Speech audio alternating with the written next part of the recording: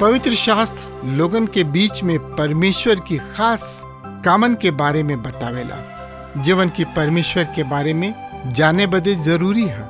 TWR द्वारा प्रस्तुत कार्यक्रम जिंदगी की राह का यह उद्देश्य है कि आप सबन के परमेश्वर के मार्ग में आगे बढ़े में मदद करे और जिंदगी का मार्गदर्शन करे।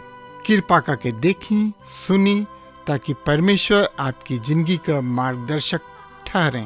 प्रिय मित्र, 14वां अध्याय के हमार विषय है यहूदा के राजा आसा के संरक्षण में जागृति।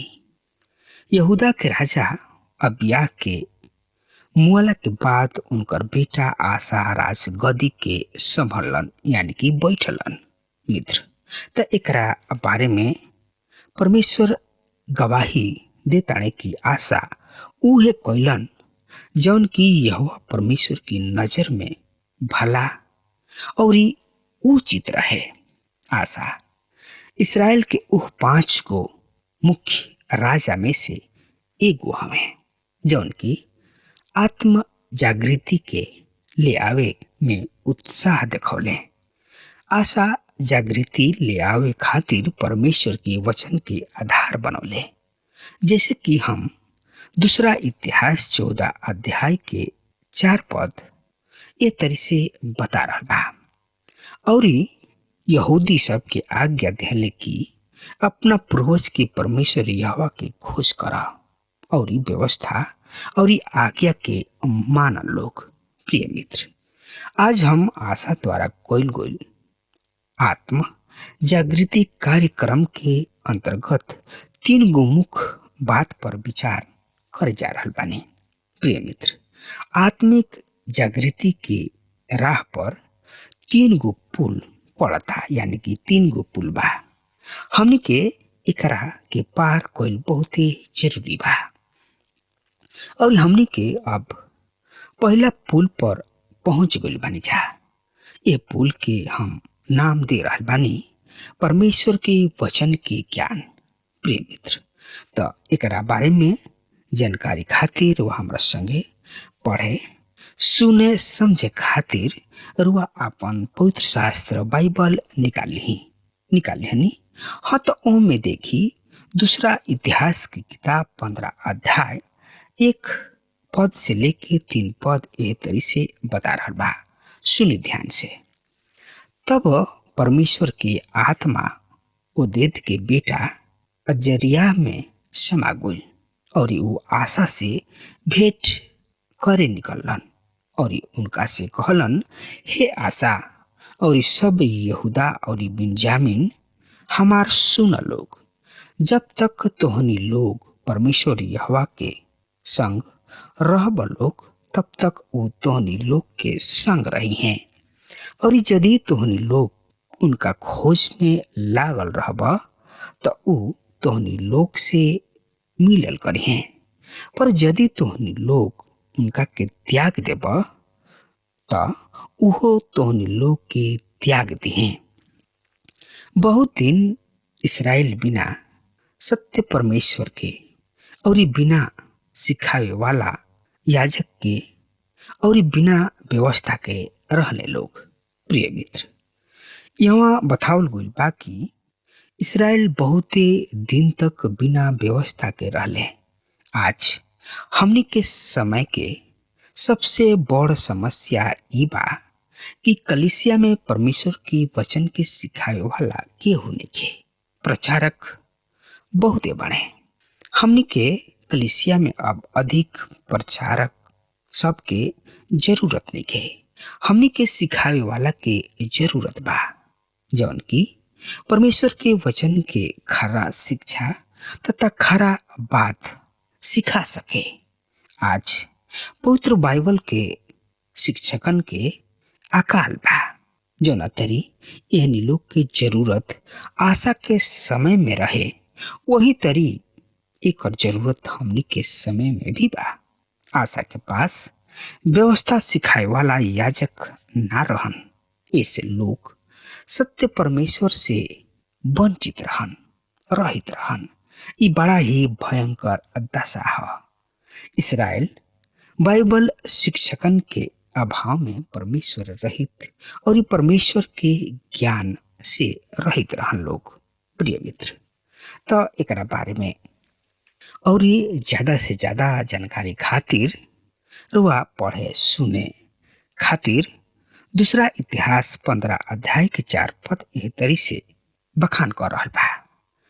पर जब जब उस संकट में पड़ के इसराइल के परमेश्वर यहोवा के ओर फिर ले और उनका के ढूंढ ले, तब तब वो उनका के मिले। प्रिय मित्र, यदि रउआ परमेश्वर के हृदय से खोजब तो उ रउआ के जरूर से जरूर मिली है। यदि रउआ सही में परमेश्वर के वचन सीखे चाहतानी तो परमेश्वर राउर जरूरत के पूरा करे खातिर तैयार बने। प्रिय मित्र, यही अध्याय के 5 से 7 पद एकरा बारे में ये तरी से बता रहा बा। वो समय ना तो जाने वाला के शांति होत रहे और ना आवे वाला के, वरन सब देश के निवासी सब में बड़ा ही कोलाहल होत रहे और जाति से जाति और नगर से नगर चूर कल जात रहन। काहे कि परमेश्वर नाना प्रकार के कष्ट दे के उनके घबरा देत रहन। पर तोहन लोग हिया बांधल लोग और तोहन लोग के हाथ ढीला ना पड़े, काहे कि तोहन लोग के काम के बदला मिली। प्रिय मित्र, ये सब वचन के द्वारा जकरिया नबी आशा के प्रोत्साहित कैलन। उ इहो स्पष्ट कैलन कि ओहनी लोग नाना प्रकार के संकट मुसीबत से पीड़ित काहे बाड़े। प्रिय मित्र, ये संदेश हमनी के ऊपर भी लागू होला। आज कानून आज अतना अनुशासन की ऐसे कि हमनी के परमेश्वर यहोवा के त्याग दिले बाड़े। उ हमनी के कमेटी कलिसिया में सम्मिलित नहीं खन। उ हमनी के कार्यालय में, हमनी के परिसर सब में, हमनी के परिवार सब में, हमनी के जिंदगी में नहीं खन। प्रिय भाई बहन, आज हमरा परिवार के, हमनी के कलिसिया के, हमनी के राष्ट्र के परमेश्वर यहोवा की जरूरत बा। नबी के बात आशा राजा के प्रोत्साहित कैलस और वो काम करे के शुरू कर दिले। मित्र, तो एकरा बारे में और ज्यादा से ज्यादा जानकारी खातिर रुआ यही अध्याय के 8 पद से लेके 15 पद ए तरी से बखान कर रहल बा।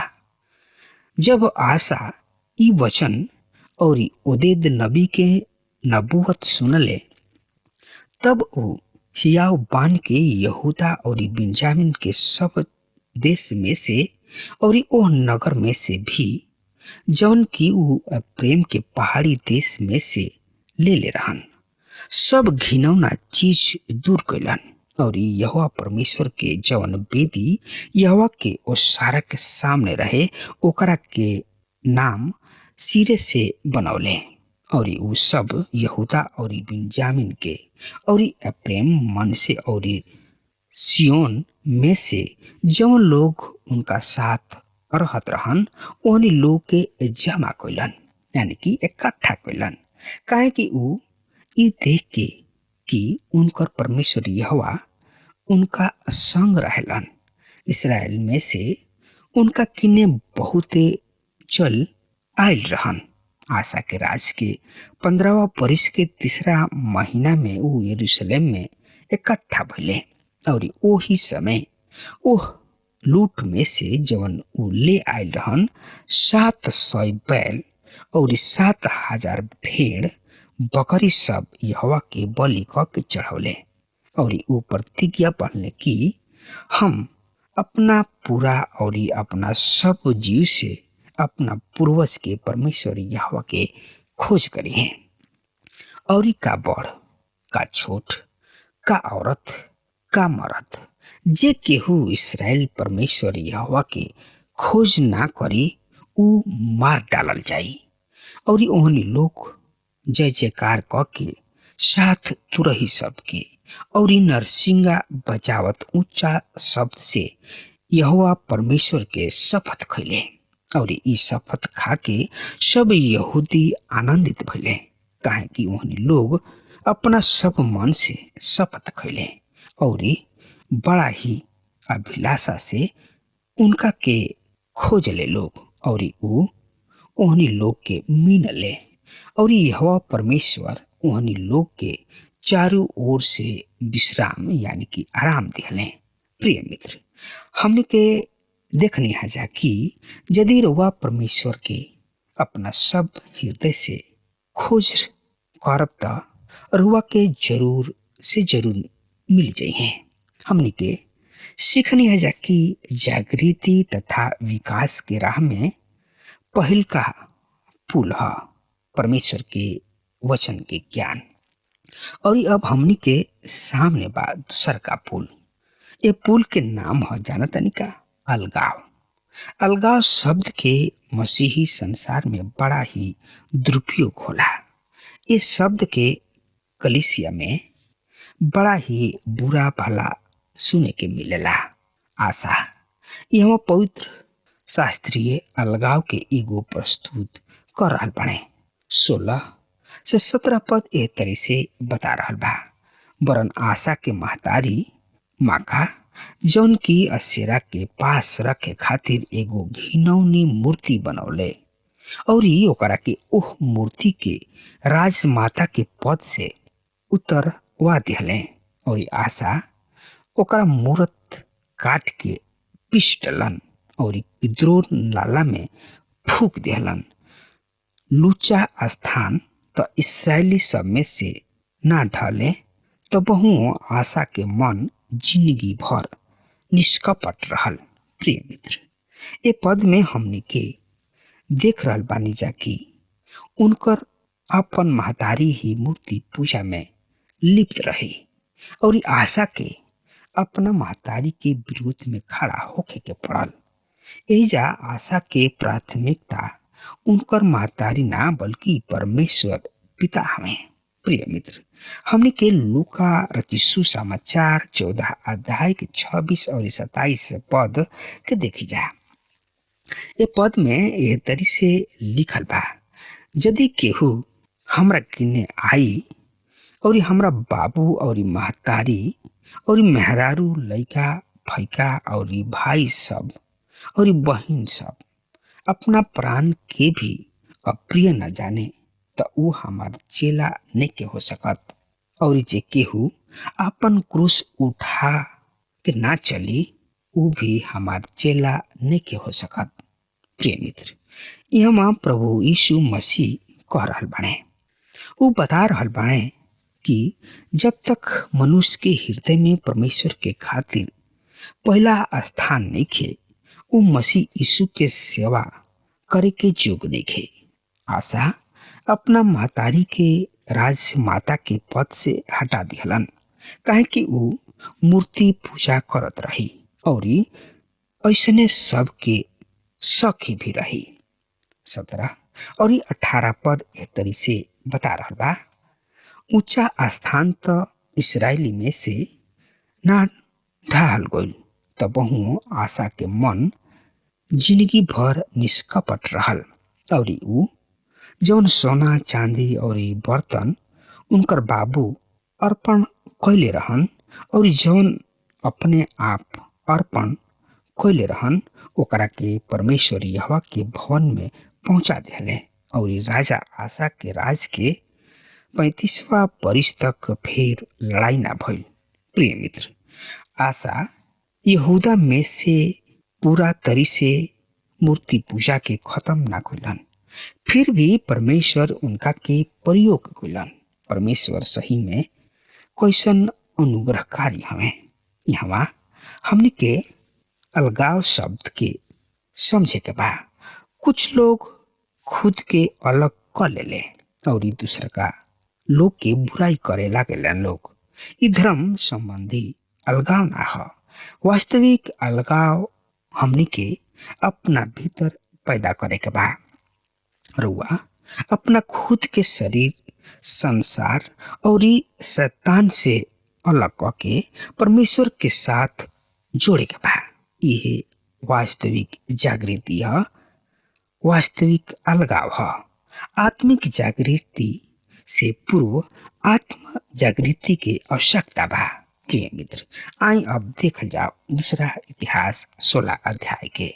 ये अध्याय के मुख्य विषय है, जानता नहीं का, आशा के विश्वास के पतन। तो एक बारे में सुने, समझे और सोचे विचारे खातिर रुआ हमारा संगे अपन पवित्र शास्त्र बाइबल निकाल लिहनी। हाँ, तो में देखी दूसरा इतिहास 16 अध्याय के एक पद एक तरह से बता रहा बा। सुनी ध्यान से। आशा के राज के 36वां वर्ष में इसराइल के राजा वाया यहूदा पर चढ़ाई कले और रामा के ऐसे दृढ़ कलन की यहूदा के राजा आशा केहू आवे ना पावे। प्रिय मित्र, जब इसराइली सब देखले कि आशा के द्वारा यहूदा में आत्मिक जागृति आयल बा, तो ऐसे बहुते लोग उत्तरी राज्य से दक्षिणी राज्य में चले अले लोग। पर बासा जौन की इसराइल के नया राजा रहन, वो अपना राज से लोगन के यहूदा के राज में जाय से रोक चाहत रहन। जैसे वो यहूदा पर आक्रमण कलन, वो यहूदा पर धावा बोले।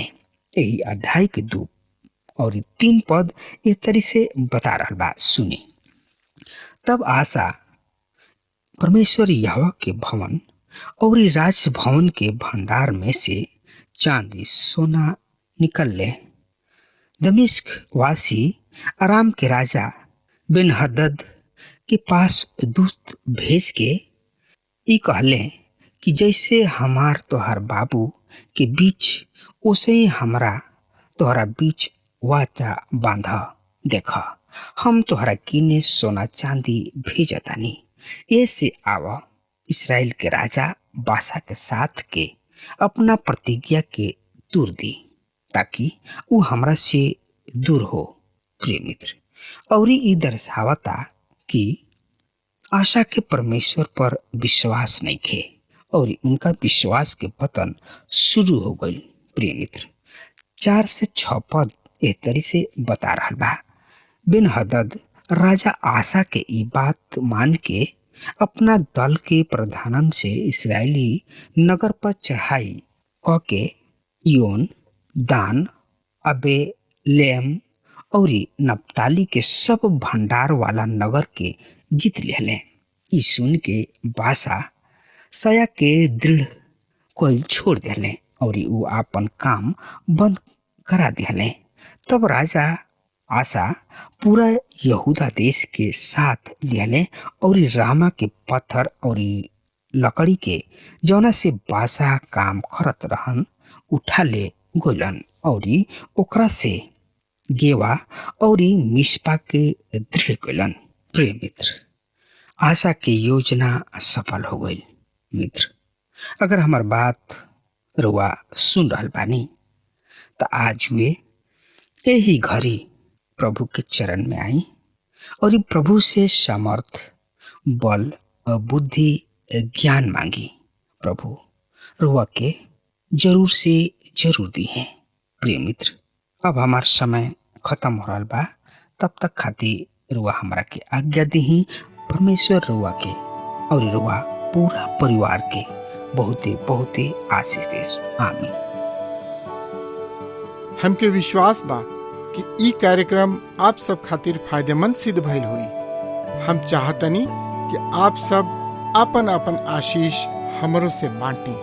अगर आप सबके लगे बाइबल से चाहे आपकी निजी जिंदगी से क्यों सवाल होके चाहे क्यों समस्या खातिर प्रार्थना करावे चाहतनी तो हमारी फोन नंबर पर जरूर संपर्क करें।